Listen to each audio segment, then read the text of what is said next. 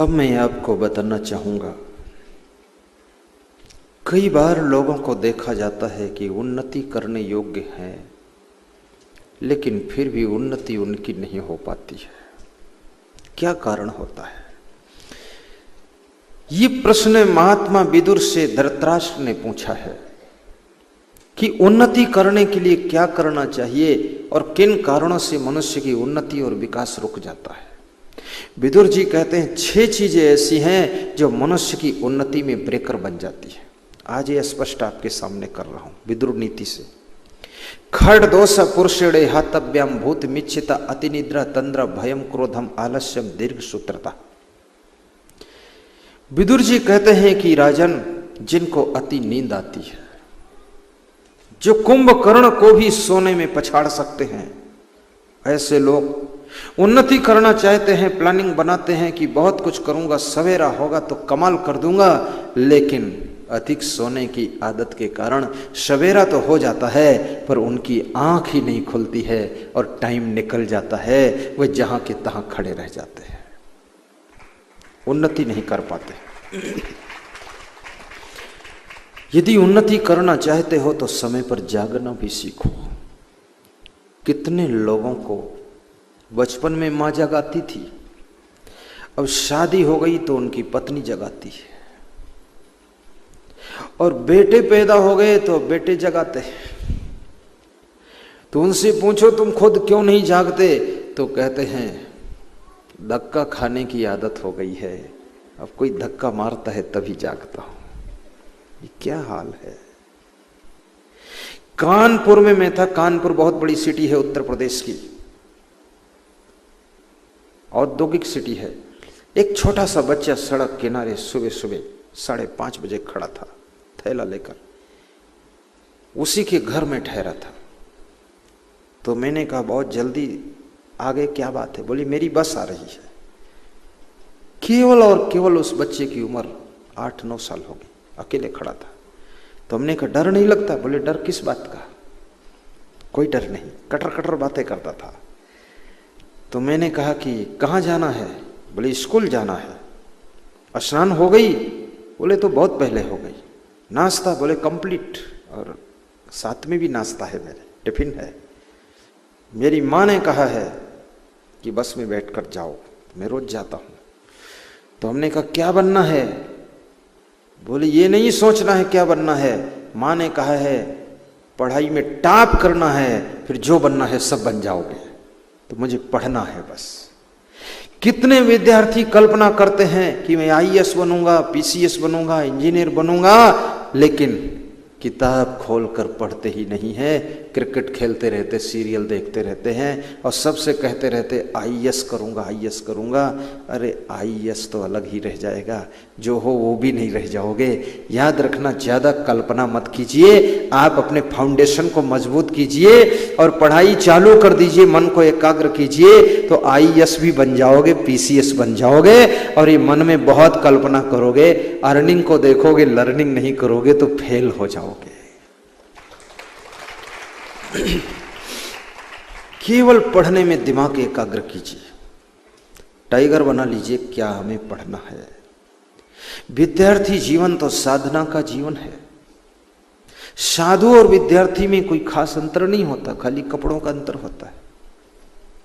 मैं विद्यार्थी जीवन से डायरेक्ट साधु बना, मुझे तो इसमें कोई फर्क नहीं लगा, साधु लाइन में वैसे ही रहना पड़ रहा मुझे। इस समय से जागना है, सब करना है अपना। विद्यार्थी जीवन संपूर्ण लंबे जीवन के विकास की नींव है, और जिस बिल्डिंग की नींव कमजोर होगी वो बिल्डिंग बहुत ऊंचे नहीं जा सकती है। इसलिए भाइयों और बहनों, अपनी नींव को मजबूत करो, ऊंची शिक्षा, अच्छी शिक्षा प्राप्त करो, फिर जितनी चाहो उतनी उन्नति की मंजिल को खड़ा कर लो। कितने विद्यार्थी कहते हैं मेरा मन नहीं लगता पढ़ने में, तो मैं उनसे पूछता हूं आखिर तुम्हारा मन लगता कहां है? तो बोलते खेलने में लगता है, सोने में लगता है। तो मन को लगाने वाला कौन है? बोले मैं हूं। तो हमने कहा तो मन को पढ़ने में लगा लो, बोले लगता ही नहीं है। तो खेलने में किसने लगाया? बोले मैंने लगाया। तो तुम इसमें भी लगा सकते हो। मन को मोटिवेट करो, अपने भीतर रुचि पैदा करो, स्वयं को समझा लो। तादाद से ज्यादा खेलना भी व्यसन बन जाता है, और जरूरत से ज्यादा सोना वो भी आपके शरीर की आदतों को बिगाड़ता है। आप 18 घंटे सो तो भी पड़े रहोगे, 8 घंटे सो तो भी नींद पूरी हो जाएगी, और 6 घंटे में भी काम चल सकता है। घंटे तो 24 ही हैं, चाहे खेलने में गंवा दो, चाहे सोने में गंवा दो, चाहे गप सप लप में गंवा दो, चाहे टीवी के सामने गंवा दो, और उन्हीं घंटों को अगर बचा लो तो उन्हीं घंटों में अपनी जिंदगी को आगे बढ़ा सकते हो। समय किसी को कम ज्यादा नहीं मिलता है, 24 घंटे सबको मिलते हैं। आपका जीवन मंगलकारी हो तो अति निद्रा से बचो। दूसरा है तंद्रा। तंद्रा किसे कहते हैं? ऊँघने की आदत। न सोते हैं न जागते हैं, बीच में है।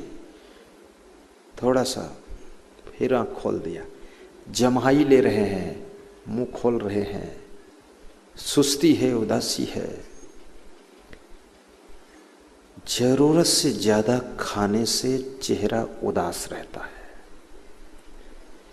अनावश्यक एनर्जी जब बॉडी में पहुंच जाती है तो आपके शरीर को सुस्त करती है।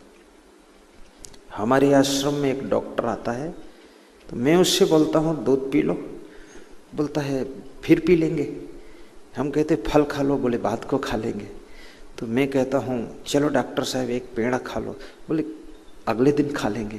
तो हमने कहा खाते क्यों नहीं डॉक्टर साहब? बोले बहुत उदासी आती है, ऊँघासी आती है, जमाई आती है, इसलिए अब जरूरत भर हो चुका, अब नहीं खाएंगे। कम खाने से कोई आज तक मरा नहीं है, अधिक खाने से कोई स्वस्थ रहा नहीं है, और एक दो दिन ना खाने से कोई बीमार हुआ नहीं है। इसलिए याद रखना, खाने पर भी आपका कंट्रोल हो और बोलने पर भी कंट्रोल हो तो जिंदगी में जो चाहते वही कर दिखाओगे।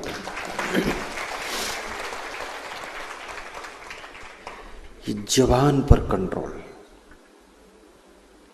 आंखें दो हैं, काम एक है देखने का, कान दो हैं, काम एक है सुनने का, और जीभ एक है, इसके काम दो हैं, क्या? स्वाद लेने का और बोलने का। और याद रखना, आंखें भी आधी जिंदगी में ही खराब हो जाती है, और कान भी बहरे हो जाते हैं, और जीभ इतना वर्जिनल यंत्र है, जितना बुढ़ापा है उतना ज्यादा तेज होता चला जाता है। हाँ, आदमी बुजुर्ग हो गया, बहुत कम आपने सुना होगा कि किसी की जीभ फेल हुई है। अरे जीभ ने सबको फेल कर दिया खुद फेल होती नहीं है, बहुत बोलती है, बोलती चली जाती है। कितने लोग कहते हैं सिर कट जाए लेकिन बोलेंगे जरूर, क्या बात है। तो उनसे पूछो सिर कट जाएगा तो जीभ कहाँ काम करेगी? बोले करे ना करे बोल देंगे, फिर कटवा देंगे सिर को। अपना सिर भी इतना जीभ। जीभ पर जिसका नियंत्रण है, जीभ पर जिसका कमांड है, उसके घर का भी कलेश खत्म हो जाता है। और जिसमें बोलने की कला है उसके लिए सब रास्ता खुल जाता है। मैं आपसे कहूंगा, जब खाने बैठो तब भी जीभ को कंट्रोल रखना। थोड़ा थोड़ा सब चीज खाना, थोड़ी जलेबी भी खा लेना। अब आधा किलो जलेबी खाओगे तो भगवान भी तुमको स्वस्थ नहीं रख पाएगा। 2-1 खा लो, थोड़ा पोया भी खा लो, थोड़ी कचौड़ी भी 1 खा लो, कभी कभी 1 समोसा भी खा लो, कभी 1 पूड़ी भी खा लो। लेकिन जो भी खाओ चबा चबा कर खाओ, चूस चूस कर खाओ, प्रेम से उसका स्वाद लो, आनंद लो। कितने लोग तो इतना स्पीड में खाते हैं, खाने के बाद पूछो क्या खाया तो बोलते हैं पता नहीं क्या खाया, लेकिन खाया है, पेट भरा है। हाँ, इतना डिस्टर्ब है, टेंशन में है, फटाफट फटाफट फटाफट खाते नहीं है, निगल जाते हैं पूरा। प्रेम से खाइए और भूख ना हो तो मत खाइए, फिर बाद को खा लेना। थोड़ी भूख हो तो थोड़ा खाइए, कम भूख हो तो कम खाइए, ज्यादा भूख हो तो थोड़ा ज्यादा भी खा लीजिए। कोई बराबरी नहीं है कि आपके पड़ोसी ने एक जलेबी खाया तो तुम भी एक जलेबी खाओ। तुम्हारी ज्यादा भूख है तो 2 खा लेना, 3 खा लेना, लेकिन रोज जलेबी भी मत खाना। इसलिए हमारे भक्तों के लिए जो श्री सुवालाल जी ने नाश्ता बनाया उसको चेंज किया है। कल तैयार किया था लड्डू,